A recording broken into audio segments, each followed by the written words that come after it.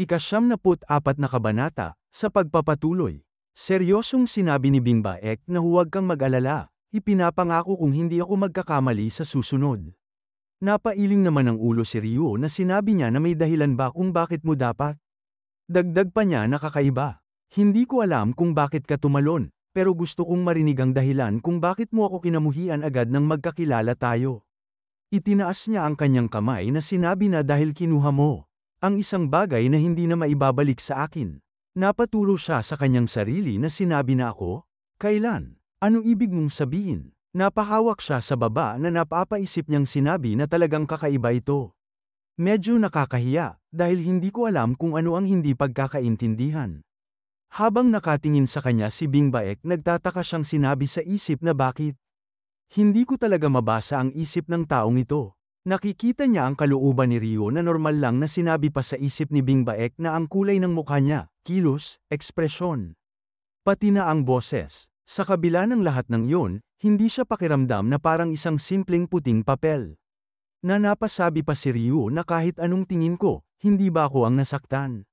Dagdag pa niya na makikita si Bing Baek na bukod pa rito, hindi ako ang kumuha ng isang bagay mula sa iyo, kundi ikaw ang kumuha ng isang bagay mula sa akin. Na sumagot siya na ano ang kinuha ko sa iyo. Sinabi sa kanya ni Ryo na ang puso ko. Napaseryoso ng mukha si Yeren na akmang huhugutan ng espada nang may malakas na sumisigaw na ikaw. Grabe kang baliw na gago. Napalingon siya na sinigaw pa nito sa kanya na paano mo nagawang magsabi ng ganitong maruming kalokohan. Nagpalabas ito ng enerhiya na itinutok sa kanya ang espada na sinabi na hindi kita kailanman patatawarin sa pang-iinsulto sa kanya. Nagtataka siya na napasabi na Nakakagulat ang nakakabagot na taong ito. Naalala niya ang ginawa niya kanina na sinabi niya na akala ko. Lahat kayo ay napalipad na. Sinigaw pa nito habang nakatutok. Sa kanya ang mga espada nito na tumahimik ka. Bastos kang gago ka. Nahulog lang ako sa patibong mong lintik ka. At hindi na ikaw uubra sa susunod. Magbabayad ka sa pang-iinsulto sa aming kayamanan sa pamamagitan ng kamatayan mo. Napasabi naman siya na napagilid ng ulo na ako. Hindi ko naman naaalala na ininsulto ko siya. At hindi ba mas nakakainis para sa iyo na sundan at mag-espya sa kanya? Nakatingin sa kanya si Yeren na sinigaw pa ni Wijichon sa kanya na huwag kang magsalita ng ganyang kalokohan. Nagpapasalamat lang kami sa kanyang pag-iral at sinusubukan lang namin siyang protektahan. Sinigaw pa nito sa kanya habang nakatutok ang espada sa kanya na ngunit ikaw. Paano mo nagawa na isang maruming gago, na hawakan siya gamit ang maruming mga kamay mo? Na nakikita ni Yeren ang kanyang nasa loob na sinasabi nito habang napahawak sa kanyang ulo na buwisit. Ang walang hiyang lintik na ito. Saan galing itong gago na ito? Paano mo nagawang yakapin ang likod ni Bingbek? Kahit na ang mga paa niya, nahipo ang likod. Ako lang ang karapat-dapat humawak sa kanya sa aking mga bisig. Napalagay siya ng daliri sa tainga na sinabi niya ganun pala, naiinggit ka. Bakit hindi mo nalang sabihin sa kanya ang totoo, na naiinggit ka? Hindi ko naman kayang hayaan na lang siyang mahulog sa kamatayan. Galit ka lang dahil ako ang nakahawak sa kanya imbes na ikaw. Na namamangha si Yeren sa kanyang napapakinggan sa kanya. Muli na naman itong nagalit at umatake ng kanyang espada na may enerhiya na sinisigaw pa na gago ka. Tumahimik ka, tumahimik ka. Tiyak kong hahatiin ko ang maruming mga kamay at dila mo sa dalawa. Malapit na sa kanya ang inatake nitong kasanayan na tinatawag na 1003-fold swordmanship. Section 3, 8 Sword Strike. Dagdag pa nito sa kanya na mamatay ka. Ikaw na salot ng mundo. Makikita ang kanyang mata na napangiti na nakatingin dito. At nagpalabas ng kumikidlat na mga slash. At itinira niya ang kanyang kasanayan na flying knives, circle cling tornado. Na ang mga enerhiya nila ay nagkatamaan sa gitna na makikita ang kislap ng mga ito. At ilang sandali pa ay makikita ang kanyang lightning knives ay lumampas sa enerhiya nito. Nagulat si Yeren sa kanyang nakikita. At sa kanyang kasanayan na Thunderstorm Festival ang mga slash ay dumaan sa kamay na may hawak na espada ni Wijichon. Nagulat ito sa pangyayari. At pagkatapos na bitawan nito ang kanyang espada nang mahiwa nito ang kamay niya na makikita ang mga dugo na nagtatalsikan. Mabilis namang umaatras si Ryo na hinawakan ng mahigpit ni Yeren ang kanyang espada. Hinarang pala niya ang isang slash na papunta kay Yeren na ikinagulat nito. Namangha naman siya kay Ryu na nakatingin sa kanya. At pagkatapos ay humakbang siya. Habang naglalakad sinabi niya na iniwan ko ang mga buto at litid mo na buhay. Dagdag pa niya habang makikita na nakatingala ito sa kanya na nanginginig ang kamay nitong sugatan na kaya dapat ay kaya mo pa ring gumamit ng espada. Agad na nilapitan siya ng mga ito na sinisigaw na ang dragon ng hangin na espada, Wijichon. Kapitan, ayos ka lang ba? Tumingin ang mga ito sa kanya habang nangangalit ang mga ngiping sinabi na gago ka. Bakit ka sobrang malupit? Akala mo ba palalampasin ka namin dahil lang natatakot kami sa'yo? Ininsulto at sinaktan mo ang aming kapitan. Hinding-hindi ka namin palalampasin na umalis sa lugar na ito. Itinaas ni Ryu ang kanyang manggas na sinabi sa mga ito na ano. Kung gusto mong masaktan, kung gayon sige, ayon sa gusto nyo. Tumingin kay Yeren na sinabi niya na anyway, kailangan ko nang umalis ngayon. Tumalon siya sa mataas na bato gamit ang kanyang kasanayan na Flying Phoenix Dance, climbing. Nakumaway pa siya kay Yeren na sinabi na magkikita tayo muli sa susunod. Ang Flying Phoenix Dance, climbing, isang teknik ng tuwid na liwanag na espesyal na ginagamit sa pag-akyat sa bato. Epektibo para sa pagtakas, mabilis na pagtakbo, at lalo na sa pag-akyat sa pader ng bato. Hindi makapaniwala ang mga ito na sinabi na ang gagawng yun. Ang duwag ay sinusubukang tumakas. Mabilis siyang sinundan ni Yeren na napasabi ang mga ito na ang kayamanan natin na si Bingbaek ay aalis na rin. Makikita ang mga ito na isang tao ang sumisigaw na kayo. Kaya nandito lang pala kayo nitong buong panahon. Dagdag pa ng girong ito na may hawak ng espadang kahoy na anong ginagawa nyo dito. At pagkatapos makikita ang gusaling ito. Nakahiga si Junho na malalim ang paghinga habang tulog. Bumukas ang pintong sinabi na papasok na ako. Napatingin naman dito si Hyorong hawak ang mangkok. Pagkapasok ni Jang Hong agad niyang tinanong nagising na ba si Junho o hindi pa. Tumugon si Hyorong na oo, siya nga pala, mukhang natagalan ka, Jang Hong. Nagkamali ba? Ang tinutukoy niya ay ang nangyari kay Ryu yun. Sinabi naman sa kanya ni Jang Hong na anong nagkamali. Mas mahalaga ang mga bagay sa akin kaysa doon. Gumawa na lang ako ng ulat sa akademya. Hindi makapaniwala si Hyorong na sinabi niya na paano naman ang mga mandirigma. Paano kung maging disipulo si Ryu yun? Napabuka ng kamay si Jang Hong na huminga ng malalim na sinabi niya na hindi ba mas dapat mong alalahanin kung ano ang maaaring gawin ng alien iyon sa mga mandirigmang mag-isa. Bukod pa rito, parang pugita siya, kaya dapat kaya niyang makatakas mag-isa. Namulinan amang sinabi sa kanya ni Hyorong na mukhang ganun na nga. Sa tingin ko, ipagdarasal ko na lang ang mga kaluluwa nila. Nanlamig si Jang Hong na napayakap sa kanyang katawan na sinabi niya na oo. Sinabi pa niya sa isip na dahil ang lugar na pinupuntahan niya ay mapanganib, hindi ko siya pwedeng basta iwan na lang. Napatingin sa gilid na seryosong sinabi na sana nakarating ang mga mandirigma sa oras bago siya masangkot sa isang talagang malaking aksidente. Medyo naiinis na ako dahil ako pa ang kailangang harapin siya ng personal. At naalala pa niya noong tumalon si Yeren sa itaas na sinisigaw pa ng guro na dumating na tinatanong ko kayo. Ano ba ang ginagawa ninyo? Paano ninyo nagawang makipaglaban gamit ang totoong espada? Paparusahan kayong lahat. Tumugon ang mga ito na hindi po talaga, sir. Sinabi pa ng mga ito na makikita si Yeren sa itaas na hinawi ang buhok na hindi po talaga kami nag-away sa isa't isa. At makikita ang pavilion ay nawasak at ang mga punong walang dahon. Habang sumimoy ang hangin, at pagkatapos ay naglakad na si Yeren ng tahimik. Malapit nang lumubog ang araw. Habang naglalakad si Ryu sinasabi niya na tama, naisip ko lang. Hindi ko pala tinanong ang pangalan niya. Napahawak siya sa ulo na nakangiti. Naalala niya noong nahulog si Irene na sinabi niya na may mga espesyal bang tao na talagang ang nahuhulog mula sa langit ng ganon? Katulad ng nangyari noon, dagdag pa niya na naalala na umiiyak si Irene na pero, medyo kakaiba ang ugali ng taong nahulog na yon. Kahit na pareho ko silang nakilala sa parehong paraan, magkaiba pa rin sila.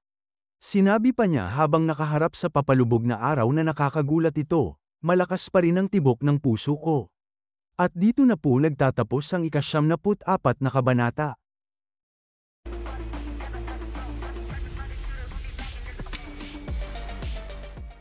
Ika-75 kabanata. Sa pagpapatuloy, makikita ang makulimlim na ulap. Mula sa gusaling ito isang boses ang mapapakinggan na nagsasalita ng ano. Lahat ng mga miyembro ay ipinadala pabalik. Tumugon ang kausap nito na oo. Ang pagkabigo ng planong ito ay magiging usapan ng lahat ng matagal. Malakas na hinawakan nito ang bagay na hawak na agad na naputol. Na naiinis pang sinabi na buwisit. Ang nagawa lang ni Bing Baek ay makahiwas sa damit nung muong na yon. Ano ba talagang ginawa ni Wei Jichon? Seryosong sinabi nito na isa siyang makapangyarihang tagapagmana ng isang angkan pero umalis nang mabalitaan niya ang tungkol kay Bing Baek. Mukhang pinabayaan niya ang kanyang pagsasanay matapos siyang mahumaling kay Bing Baek. Dagdag pa niya habang napatayo ito na agad siyang huhusgahan ng mga instruktor kapag nakarecover ang mga braso niya, pero ang ikinababahala ko ay kung ano ang idadaldal niya. Pansamantala, dapat mong ayusin ng maigi ang mga gagawin mo. Makikita sa mukha nito ang pagkainis na sinabi niya na wala siyang silbi. Si Wei Jichon, tunay na hangal. Makikita ang silid na ito na sinabi niya na hindi mo kailangang mag-alala sa bibig ng taong yun. Na sinabi naman ng guro na bakit hindi ka sumasagot ng maayos. Sinabi pa ni Baek Moyang habang makikita ang mukha ni Wei Jichon na nakasimangot na kung siya nga talaga. Malamang ay itatago niya ang kanyang pagkatalo at palihim na ihahanda ang sarili, pinapatalas ang espada para sa araw ng paghihiganti. At muli na namang sinabi ng guro dito na ganyan klaseng pinsala, makukuha mo lang sa pakikipaglaban sa ibang tao. Nakatungo nitong sinabi na ito. Galing lang sa pinsala mula sa ensayo. Sinigaw ng gurong ito sa kanila na ano? Sa tingin mo may saysay ba yon? Napailing ang ulo ng nasa gilid na sinabi nitong nakapikit na ha. Pinapaiyak mo kami sa ganyang klaseng pangangatwiran. Na sinabi pa ng nakapula na kung mag-e-explain ka, dapat kahit papaano ay kapanipaniwala. Nakaluhod ang mga ito na. Sinabi ng nasa likod na hindi ako nakipaglaban. Sinabi rin ng nasa gitna na sabay-sabay kaming nahulog noong kami ay nagsasanay. Dagdag pa ng isa na ibinuka ang kamay na hindi ganoon. Nahulog kami dahil may biglang bugso ng hangin. Sinigaw sa kanila ng gurong ito na ang galing naman. Sige na nga. Sabihin na lang natin na yung iba ay nahulog nga habang nagsasanay dahil sa biglang bugso ng hangin. E paano naman ikaw, isang talento ng Changsong, at anak ng isang dakilang master? Nahulog lang din habang nagsasanay at nagtamo ng ganyang nakakatakot na sugat. Dagdag pa niya na makikita ang sugat nito sa braso na kahit saan o paano mo patingnan, hiwa ito ng isang bagay tulad ng mahabang espada o punyal. Kung mas malalim pa ng kaunti, hindi ka na kailanman makakahawak pa ng espada gamit ang braso na yan. Makikita ang mukha nitong napatingin na sinabi pa ng guro sa kanya na sino ba ang sinusubukan mong protektahan. Mas mahalaga ba yun kaysa sa pagmamana mo ng kakayahan ng angkan at sa pagprotekta sa Chienmu Academy? At naalala nito ang sinabi ni Ryu sa kanya na iniwan ko ang mga buto at litid mo na buhay. Kaya dapat kaya mo pa ring gumamit ng espada gamit ang braso mo. Na napasabi pa ito sa kanyang isip na ang braso ko. Ganyan lang yan, hindi naman ganoon kahalaga. Gago ka. Dapat ginawa mong hindi na ako muling makakahawak ng espada kailanman. Hindi, dapat pinatay mo na lang ako. Naalala pa niya si Yeren na sinabi pa sa isip na ginawa mong tumingin siya sa akin na parang ako'y kaawa-awa. Ang titig na yon na puno ng pang-iinsulto ay tumarak diretso sa puso ko. At ang lamig na yon. Dagdag pa nito hawak ang braso na dapat pinatay mo na lang ako para hindi ko na makita yon. Kinagat ang mga ngipin nitong umiiyak na sinabi na ako ay, na malakas itong humagulgol ng iyak. Na nagulat naman ang dalawang ito na nagtataka. Sinabi pa nito sa isip habang malakas na umiiyak na ikaw. Balang araw, ako, tiyak na pagpupunit-punitin kita. Sa kahit anong paraan, makikita. Ang labas ng gusali na gabi na. Natutulog si Moyong-hu at Ryu habang nasa likod ng ulo ang kanyang kamay. Biglang nagising siya nang may marinig na ingay. Napatingin siya kay Ryu na ito ay bumangon. Nakatingin siya sa bintana na may malalim na iniisip na si Moyong-hu ay tahimik lang na nakatingin sa kanya. At pagkatapos ay napangiti siya habang nakatingin sa langit. Sinara niya ang bintana habang nakapikit si Moyong-hu. At napamulat siya ng bigla, na binuksan na naman niya ito. Umupo siya sa kanyang kama habang nakangiting pinagmamasdan ang napunit niyang damit gawa ni Yeren. Na nakatingin na nakasimangot sa kanya si Moyong-ho. At pagkatapos ay mabilis niya itong tinahi na patuloy lang siyang pinagmamasdan ni Moyong-ho. At ilang sandali pa ay sanari niya ang binatana na muli na namang makikita si Moyong-ho na nakapikit. At pagkatapos muli na naman niya itong binuksan na muli na naman siyang napamulat ng mata. Nakatingin si Moyong-hu sa kanya habang malalim na nag-iisip na inaalog ang kanyang paa. Nakita niya ito na sinabi kay Moyong-hu na gising ka pa ba? Dagdag pa niya dito na lumaki ka sa mundo ng Merem. Kaya sigurado akong alam mo ang maraming karaniwang kaalaman at impormasyon, di ba? May tanong ako sa iyo. Napabangon si Moyong-hu na sinabi sa kanya na magtanong ka. Hindi ko pa pinabayaan ang landas ng pag-aaral hanggang ngayon, kaya sasagutin ko ang anumang alam ko. Na sumagot siya na mabuti. Kung ganun sagutin mo ako. Sinabi niya dito na sino ang pinakamagandang babae sa Chienmu Academy. Napaayos siya ng manggas habang nakatingin lang kay Ryu. At pagkatapos ay sumapit na ang umaga na makikita ang ibon na lumipad sa sanga na may nagsasalita na ano. Tinatanong mo ba sa akin ang tungkol sa pinakamagandang babae sa buong paaralan? Napangiwi ng mukha si Jang Hong na sinabi niya na anong klaseng hangal na tanong yun sa sandaling nakita mo kami. Masayang sinabi naman ni Hyorong na haha. Nakakita ka ba ng magandang babae kahapon? Nakatungong sinabi naman ni Junho na. Nakabalik ka ba ng ligtas kahapon? Napailing ng ulo siya na sinabi na anong klaseng tanong na naman yun. Bakit parang sobrang magalang ka na naman, Junho? Sumagot si habang naalala ang mga nangyari na gusto kong humingi ng paumanhin. Tungkol kahapon, sinubukan ng kapatid kong lalaki at babae na saktan ka, at kahit sinubukan kong pigilan sila, wala pa rin akong nagawa. Hinawakan siya ni Hyorong sa balikat na sinabi sa kanya na Junho, sa tingin ko hindi yun ang bagay na paghingian ng paumanhin. Gaano man ka baliw ang dalawa, pero kapag nalaman mong malapit ng bugbugin hanggang kamatayan ang kaibigan mo, natural lang na gusto mo siyang protektahan. Nahihiyang sumagot si Junho na hindi lang yun, dahil nawalan ako ng malay, naging istorbo lang ako. Kung may gusto man ng young master, tatanggapin ko ng buong kababang loob ang kaparusahan ko. Masayang sinabi naman ni Ryo na babayaran ang kaparusahan. Gaano mo kayang bayaran? Hindi makapaniwal si Jang Hong na sinabi niya na hoy. Tingnan mo, kung may kaunting konsensya ka pa, dapat mo talagang pigilan ang sarili mo. Anong klaseng kalokohan naman ang ginagawa mo ngayon? Na agad namang tinabyo na ni Hyorong ang bibig ni Junho na sinasabi na Ryu yun. Sinabi ni Junho na gusto niyang kanselahin ang deal na yun, hindi ba Junho? Tingnan mo, tumatango pa nga siya. Huminga ng malalim si Ryu na sinabi niya na seryoso, wala akong balak gumawa ng anuman sa loob ng ilang panahon, pero ang mga tao sa paligid ko ay patuloy na nakikialam. Kaya, pwede niyo bang sagutin ang naunang tanong? Dagdag pa niya na hindi ko alam tungkol kay Junho. Pero dapat alam ni na Uncle at Ryan Riang ang mga sagot. Napahawak sa baba si Hyorong na sinabi niya na isang magandang tao, ha? Narinig ko lang tungkol sa isang tao, pero magkaiba naman ang ating pamantayan sa kagandahan, hindi ba? Ibig sabihin, ang isang taong maganda para kay Ryuyon ay maaaring iba ang itsura para kay Hyorong. Nakatingin naman sa gilid si Jang Hong na sinabi niya na, ano ang nakapagpaisip sa'yo na pamilyar ako sa ganitong paksa? Imbes na magbiro ng ganitong kalokohan, bakit hindi ka mag-aral para sa klase ngayon, tulad ng Seven God Sword? Dagdag pa niya sa isip na ang taong to ay sobrang sakit sa ulo, alam ko kung sino ang hinahanap mo, pero hindi ko pwedeng ibunyag yun. Dagdag pa niya na naiisip ito na napahawak sa ulo na salamat sa impormante na dati nang na-recruit, nakatanggap ako ng ulat tungkol sa trabaho kahapon, pero lintik na, ano ba ang ginagawa ng mga gwardya na yun? Sa ganung ikli na oras, nagawa na ni Wiji Chon ang sobrang gulo. Niyakap pa nga niya ang hindi dapat galawin na bahagi ni Bing Baek. Nakatingin siya kay Ryu na sinabi pa niya sa isip na sobrang sakit ng ulo ko sa pagsusulat ng ulat dahil sa'yo. Napakamot naman sa pisngi si Ryu na sinabi niya na ito. Dahil wala sa inyo ang makasagot, siguro wala na akong magagawa. Napaisip siya na napalagay ng kamay sa baba na sinabi na siguro kailangan kong humanap ng eksperto para tanungin.